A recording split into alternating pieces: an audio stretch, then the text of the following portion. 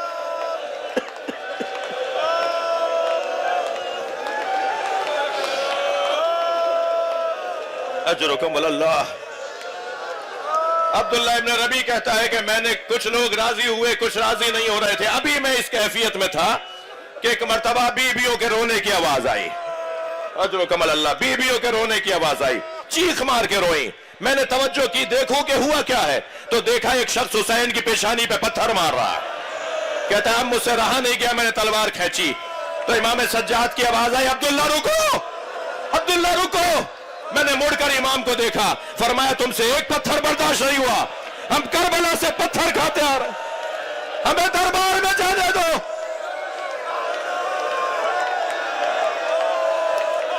اجرکم اللہ. حوصلہ حوصلہ کریں، حوصلے سے روئیں. کچھ دوستوں کی حالت غیر ہوتے دیکھ رہا ہوں. حوصلہ کرے، ہم میں سے کوئی مرے گا نہیں. دل کھول کے پرسہ دے.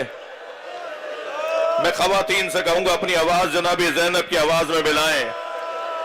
آج ایک آواز آ رہی ہے جو بہائی کو کھول کے رو رہی ہے، وہ جناب زینب کی آواز ہے. شام کے زندان میں اسیر ہو گئے. عزاداروں کبھی غور کیا کہ اہل بیت کو رہائی کیسے ملی؟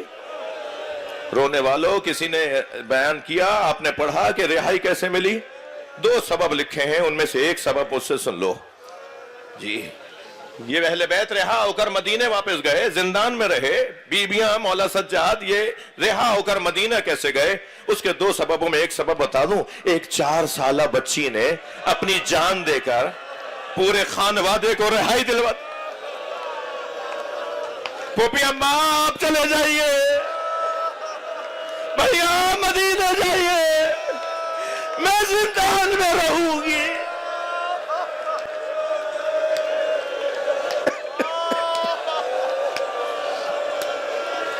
قافلہ تیار، محملیں سجائی جا رہی ہیں.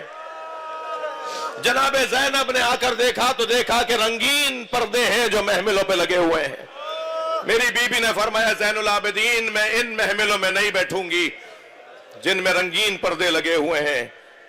اجعلوها سودا حتی یعلم الناس نحن فی عزایا اولاد زہرا، انہیں کالے کپڑوں میں تبدیل کرواؤ، ان پردوں کو، محملوں کے چادروں کو کالے کپڑوں میں تبدیل کرواؤ، تاکہ جہاں جہاں سے سواریاں گزریں لوگ سمجھ جائیں حسین کے عزادار جا رہے ہیں۔ اجرکم اللہ۔ امام سجاد نے ان رنگین چادروں اور پردوں والی محملوں کو کالے کپڑوں میں تبدیل کروایا۔ جب محملیں آ کر سج گئیں، امام نے فرمایا پھوپھی اماں سب بیویوں سے کہیے کہ واقع بیٹھ جائیں۔ عزاداروں سب بیٹھ تو گئیں مگر ایک بیوی نظر نہیں آ رہی، بہت دیکھا مگر وہ بیوی نظر نہیں آئی۔ امام نے پوچھا پھوپھی اماں کیا سب بیٹھ گئے؟ فرمایا بھابھی رباب نظر نہیں آ رہے۔ امام نے فرمایا مجھے پتا ہے میری ماں کہاں ہے۔ سنیں گے عزادار؟ اب آگے آگے امام سجاد، اجرکم اللہ، تھکے نہیں، آگے آگے امام سجاد، پیچھے پیچھے بیویاں۔ امام سجاد نے زندان شام میں قدم رکھا تو کیا دیکھا؟ جیسے کوئی ماں اپنے بچے کو گلے سے لگائے ہو، ایسے جناب رباب نے قبر سکینہ کو سینے سے لگایا ہوا اور آوازیں دے رہی ہیں سکینہ اٹھو، قافلہ تیار، سکینہ ہم مدینے جا رہے ہیں۔ اجرکم اللہ۔ امام سجاد کی آواز آئی اماں چلیے قافلہ تیار ہے۔ حکم امام پا کر جناب رباب نے قبر سکینہ کو چھوڑ تو دیا مگر مڑ مڑ کے قبر دیکھتی رہی، محمل میں آ کے بیٹھی تو پردہ ہٹا کے دیکھتی رہی۔ قافلہ چلنے لگا تو شام کے دیہات کی عورتوں نے کہا الوداع یا زینب، الوداع یا زینب۔ میری بی بی زینب نے محمل کا پردہ ہٹایا اور آواز دے کر کہا شام کی عورتوں مجھ پر ایک احسان کرو گی؟ ساری عورتوں نے آواز دے کر کہا بی بی حکم فرمائے، تو اشارہ کر کے کہا میری سکینہ کو اکیلا نہ چھوڑنا، اللہ آپ کو شام لے جائے۔ میرے بھائی شام سے اور لبنان سے تعلق رکھتے ہیں ننیالی طور پر، ذوالفقار، انہیں جب شام جائیں نا، انہوں نے یقیناً وہ منظر دیکھا ہوگا، جب آئندہ شام جائیں تو بی بی کی جالی سے قبر کو ضرور دیکھیے گا، تو آپ کو ایک چیز نظر آئے گی، شام کے دیہات کی عورتیں اب بھی کھلونے لا کے ڈالتی ہیں، گڑیاں لا کے ڈالتی ہیں، اور ایک پرانے وقت سے نوحہ پڑھتی ہیں تمہاری ماں سے وعدہ کیا تھا ہم اس بچی کی قبر پہ آتے ہیں۔ اجرکم اللہ۔ ہو گئی مجلس عزادارو، ہو گئی مجلس، بس ایک روایت اور سن لیجئے۔ اجرکم اللہ۔ یہ قافلہ شام سے کربلا آیا، کربلا میں جابر بن عبداللہ الانصاری پہلے سے موجود ہیں۔ اجرکم اللہ، تھکے نہیں۔ جابر نے خوب پرسہ دیا اور جب امام سجاد کو پرسہ دے دیا نا عزادارو تو جابر نے کہا مجھے زینب کو بھی پرسہ دینا ہے۔ ایک چادر لگائی گئی، جناب زینب چادر کے اس طرف بیٹھی ہے اور جابر یہاں آ کر بیٹھے ہیں، پرسہ دینے آئے۔ تو سنیں گے جابر نے کیا کہا؟ جابر نے کہا زینب میں نے تو ان لبوں کو دیکھا جن لبوں پہ نبی بوسہ دیتے تھے، میں نے تو اس گردن کی زیارت کی ہے جس پہ نبی بوسہ دیتے تھے، میں نے تو اس سینے کی زیارت کی ہے جسے نبی اپنے سینے سے لگاتے تھے۔ جیسے یہ جملہ کہا نا تو جناب زینب نے رونا شروع کیا، کہا جابر تم نے بوسہ لیتے دیکھا، میں نے وہاں چھڑی لگتے دیکھی، میں نے وہاں تیر لگتے دیکھا۔ اجرکم اللہ، اجرکم اللہ۔ یہ قافلہ کربلا سے مدینہ پہنچا۔ امام سجاد نے فرمایا چہلوں میں، امام سجاد نے فرمایا بشیر جا کے مدینے میں سناؤ کہ حسین کا لٹا ہوا قافلہ آ گیا۔ اجرکم اللہ۔ بشیر نے کالا علم ہاتھ میں لیا اور آوازیں دیتے جا رہے تھے یا اہل یثرب لا مقام لکم، اے مدینے والو اب مدینہ رہنے کے قابل نہیں، مدینے کے سرداروں کو مار دیا، مدینے کے مالک کو مار دیا۔ بشیر یہ کہتے جب محلہ بنی ہاشم میں آئے نا اور پہلی دفعہ آواز لگائی اے مدینے والو مدینہ رہنے کے قابل نہیں رہا، حسین کا لٹا ہوا قافلہ واپس آیا ہے۔ سنیں گے عزادارو، ایک گھر کا دروازہ کھلا، ایک قوی ہیکل بی بی باہر آئی جس کے کاندھے پر ایک بچہ بیٹھا تھا، جس کے ہاتھ میں ایک عصا تھا۔ باہر آ کے کہتی ہیں کس حسین کی بات کر رہے ہو؟ بشیر نے کہا میں جان سکتا ہوں آپ کون ہیں؟ انہوں نے کہا میں عباس کی ماں ام البنین۔ بشیر کہتا ہے میں ایک مرتبہ کانپ گیا، میں علی مولا کی زوجہ سے کیسے بات کروں، میں عباس مولا کی ماں سے کیسے بات کروں؟ میں نے کہا بی بی میں آپ کے عباس کا حال سناؤں؟ کہا نہیں مجھے حسین کا حال بتاؤ۔ میں نے کہا بی بی میں آپ کے اون کا حال بتاؤں؟ کہا مجھے حسین کے بارے میں بتاؤ۔ میں نے کہا میں جعفر کا بھی حال بتا سکتا ہوں۔ کہا میں کہہ رہی ہوں مجھے حسین کا حال بتاؤ۔ میں نے کہا میں آپ کے عثمان کے بارے میں بھی کچھ جانتا ہوں۔ کہا مجھے حسین کا حال بتاؤ۔ تو میں نے کہا حسین کو کربلا میں پیاسا مار دیا، جیسے ہی میں نے یہ جملہ کہا بی بی نے زمین پر پیر مارا اور کہا عباس کہاں تھا؟ کبھی بھی عباس کے بازو کاٹے جا چکے تھے، حسین کو تنہا کر کے کربلا میں مارا، حسین کو پیاسا کر کے کربلا میں مارا، یا حسین